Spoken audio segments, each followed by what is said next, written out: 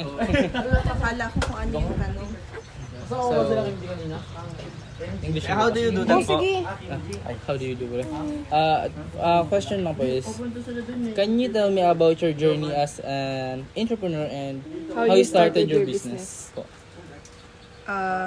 Do I need to speak in Hindi English? po, ba? kahit Kahit ano lang. Tagalog lang po. Okay, sige. So, I started my business for 1,000 pesos lang. And then, tinry kong bumili ng ilang peraso na na chichirya, tsaka soft drinks. And then, ayun, hindi ko lang ginalaw yung puhunan. Tapos, pinalaki ko ng pinalaki. Tapos, pag may request, sinusunod ko na. And then, I have 2 businesses kasi. So, one is online selling. So, sa umaga, nagtitinda ako. And then, sa nighttime, nagla-live ako. Live seller. Tapos, what inspired you to start your own business and Pera how po. much? Sorry. How much was your starting capital? 1,000 po, di ba? Oh, yeah. Sa store, 1,000. Sa sari-sari store. And then, dun sa ukay, 5,000?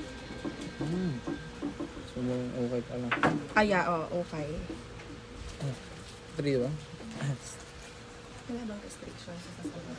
Wala po. Ano naman po eh. Hindi namin siya paper lang naman. Okay. Sige, Trey. Sorry.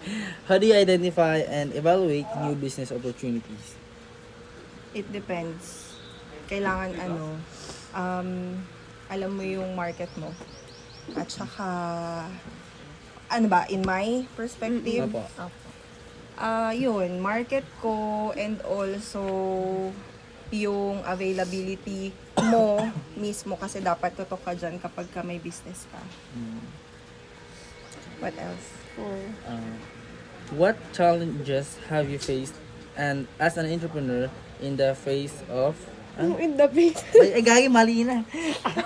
And how did you overcome it And po? how do you overcome? Challenges like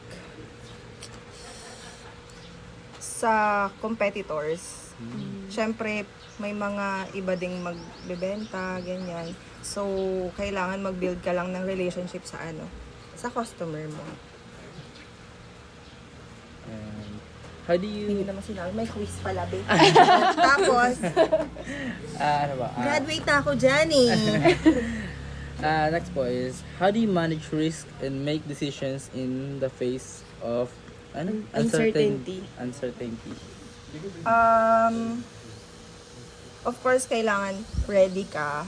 And then, i-weigh mo kung ano yung magiging decision mo.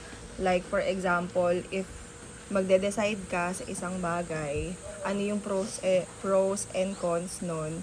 Tapos, kung ano yung, if ever man, na parehas negative yung magiging result, siguro yung less lang na negative na pwede mo siyang gawing positive. Yung outcome, ganun. Ayun. Next one is, how do you stay motivated and handle the pressure of running a business? Siguro, I like what I do. Yun yung gusto ko.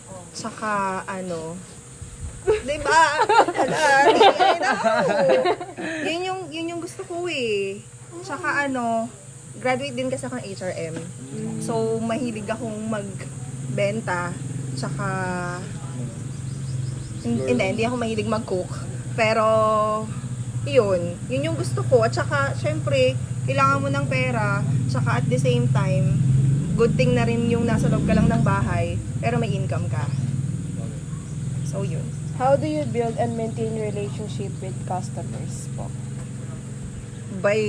By knowing them and also siguro susunod ka sa request nila, mga request nila na mga kailangan nila, needs nila, ganun. Itong dalawa. Okay po. Das po, how do you balance work and personal life? Time management talaga yung kailangan. Like for example, kasi ako, dalawa yung business ko. So, kailangan kong, single mom kasi ako, so kailangan kong i-weigh yung kung ano yung mas dapat i-focus. Kung So ngayon, dapat yung sari-sari store and then later on, ukay and then yung anak ko naman, ganun. Okay po. Time management is the key. Yeah. Yun lang po. Yan lang. Thank you Thank po. you. Hala,